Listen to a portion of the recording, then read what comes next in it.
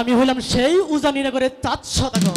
উজানিনগরের চাঁদ সদাগর? হ্যাঁ মাঝি কোন। হায় হায় হায় রে, খেলার উজানিনগরের চাঁদ সদাগর আইছে আমার বাড়িতে, আর আমি চাঁদ সদাগর চিনি না। নমস্কার নমস্কার সদাগর। নমস্কার।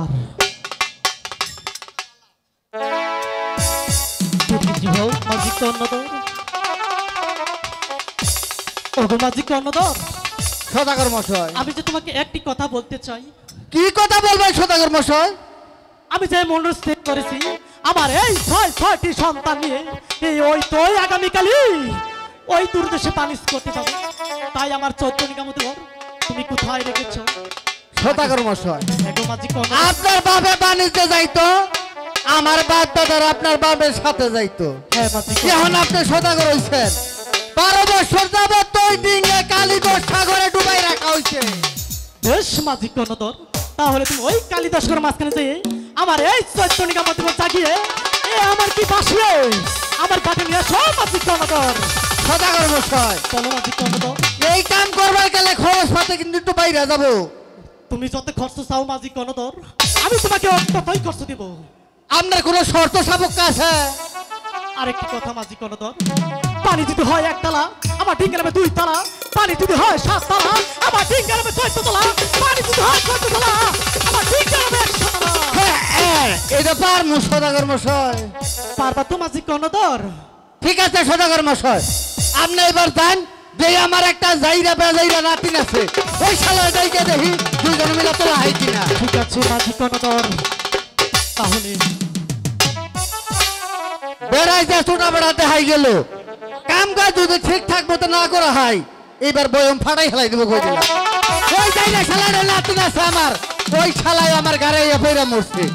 ওই শালারে খালি হারাদিন খায় আর ঘুম পারে আর নানির নগে পুতুর পুতুর আলাপ পাতে।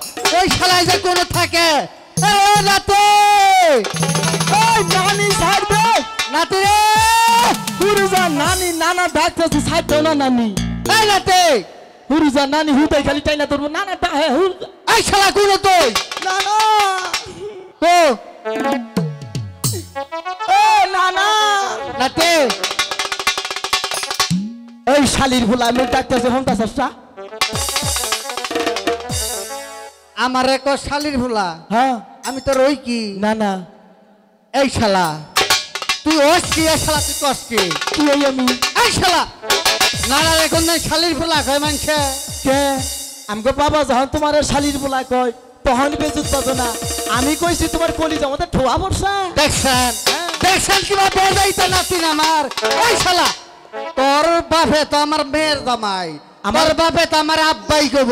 আমার বাপে তোর মেয়ের জামাই, হ্যাঁ তার মানে আমি তোর নাতি, আমার নাতি তোর নাতি, হ্যাঁ তোর মেয়া আমগো আপনার কাছে বিয়া দিছে। বিয়া দিছি।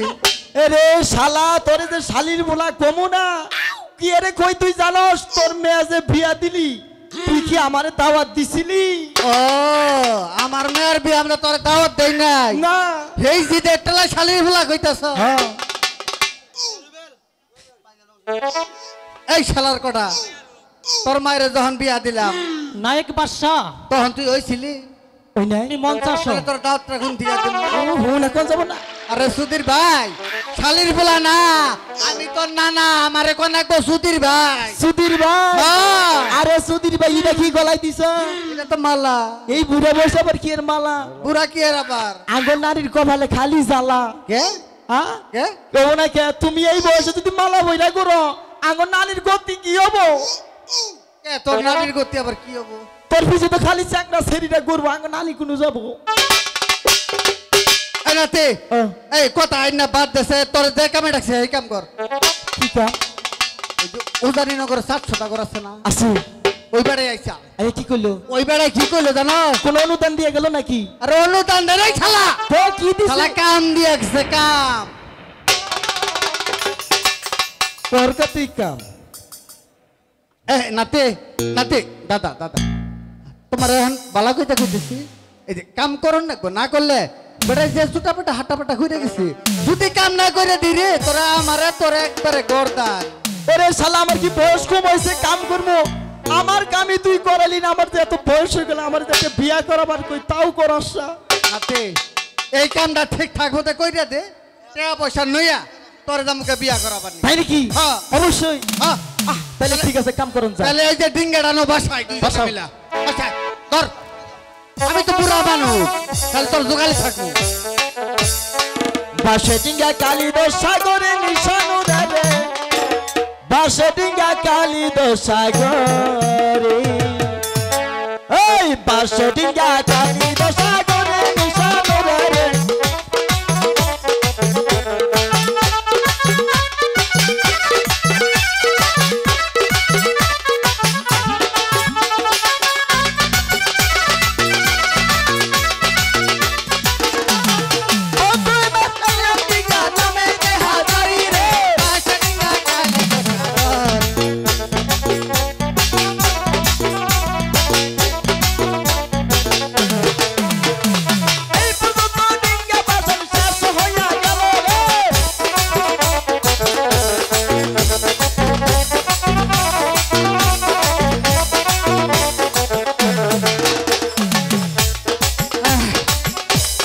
নাতে আই থাক থাম আই জায়গা ছাড়া তোদের ভাই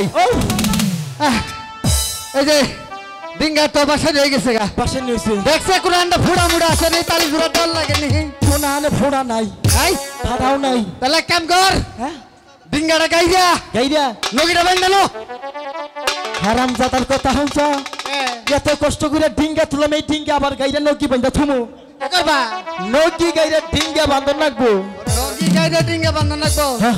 তোর নকি কার হরি বল হরি বল হরি বল হরি বল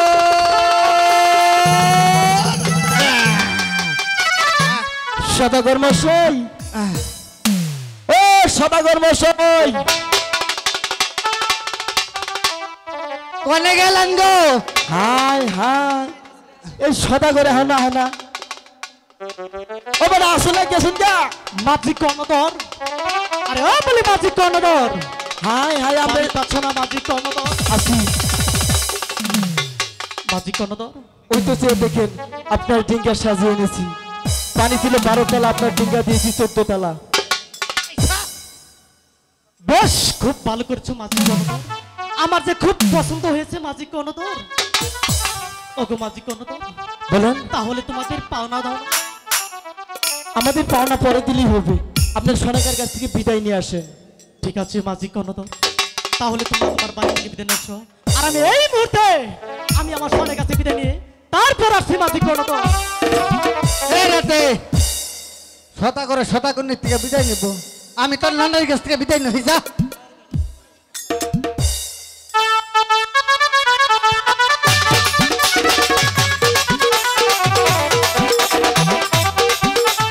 বাড়ির তাচনাগর সোনেকা স্বামী সোনেকা স্বামী স্বামী আমাকে ডেকেছি সোনেকা বলুন স্বামী আমি যে তোমাকে একটি কথা বলতে চাই একটি কথা হ্যাঁ গো সোনেকা বলুন স্বামী তুমি কি আমার কথা রাখবে অবশ্যই আমি আপনার কথা রাখবো ওগো সোনেকা বলুন স্বামী আমি যে মনুর স্থির করেছি আমার এই ছয়টি সন্তান নিয়ে এই ওই তোই আগামীকালই এই ওই তোই দূরদেশে বানিজ করতে যাব স্বামী হ্যাঁ গো সোনেকা হ্যাঁ আপনি চলে যাবেন ওগো সোনেকা আমার ছয়টি কলিজার টুকরা নিয়ে হ্যাঁ গো সোনেকা ওই দুর্দেশে আমি কেমন করে মহলে থাকবো স্বামী না না সোনেকা না আমি থাকতে পারবো না গো সোনেকা না আমরা যদি বানিজ করতে না যাই তাহলে যে আমাদের সন্তানে অমঙ্গল হবে সোনেকা অমঙ্গল হবে আমার শৈশবী কচি সন্তান হ্যাঁ গো সোনেকা কেমন করে আপনার হাতে তুলে দেবো স্বামী তুমি যেমন করে হোক সোনেকা আমাদের যে বানিজ করতে ওই দূরদেশে যেতেই হবে সোনেকা যেতেই হবে অতি দূরে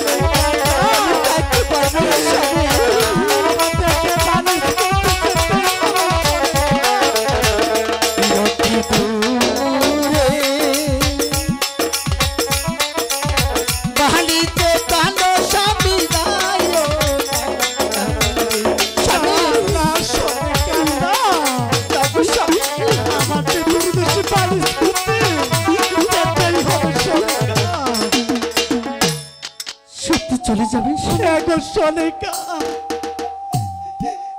আমার শৈশবী বুকের মালিক কিনি। হ্যাঁ সোনিকা, হ্যাঁ।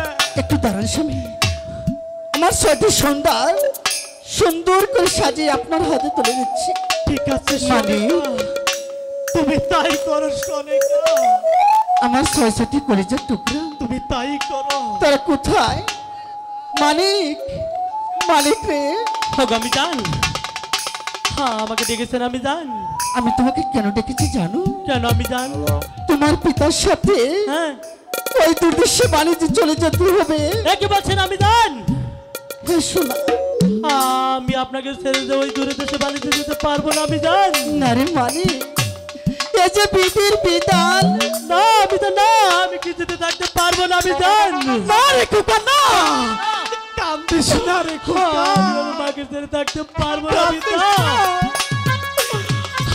আরে খোকা, পারবো না আমি জান। আমরা যদি পানি করতে না যাই রে খোকা, তাহলে যে তোদের অমঙ্গল হবে রে খোকা। রে খোকা, আমাদের অমঙ্গল হবে পিতা, তোদের অমঙ্গল হবে। তাই তোর আপনি তার কাছ থেকে বিদায় নিয়ে রে বাবা। আমি জান, আপনি আমাকে তাহলে আসে মুখে বিদায় করেন আমি জান।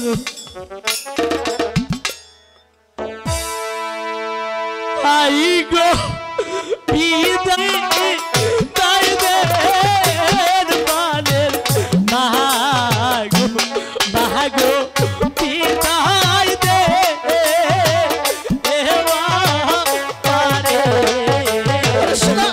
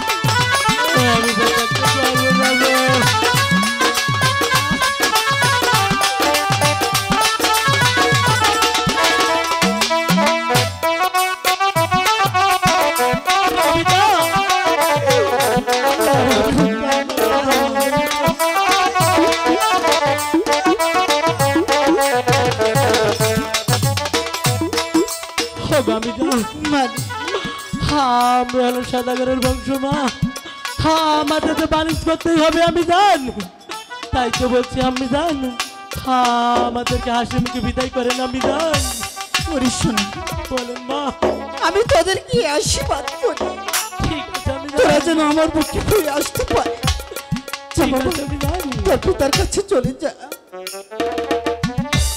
ওগো স্বামী বলো সনিকা আমার সন্তান হ্যাঁ গো সনিকা আমার সন্তান কখনো নিজের হাতে খানা খায়নি হ্যাঁ গো সনিকা হ্যাঁ আমার সন্তানকে আপনি খানা খাওয়াই দিন স্বামী ঠিক আছে সনিকা আমার এই সন্তানকে আমি ঘুম পাড়ানি গান শুনি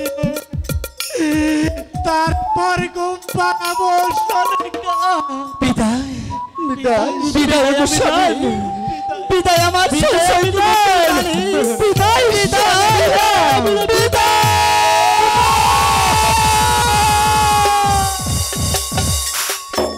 ওগো পিতা ওরে কুকা তাহলে চলেন পিতা আমরা বাড়ি খান্দিস না রে বাবা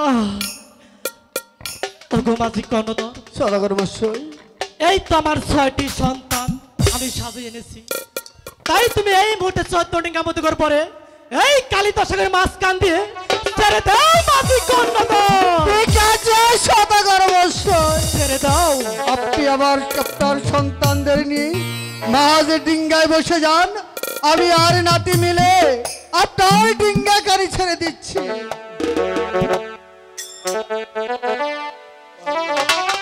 সদাগর মশাই আমি তো বুড়া মানুষ ও ছাড়া আর থাকবো না।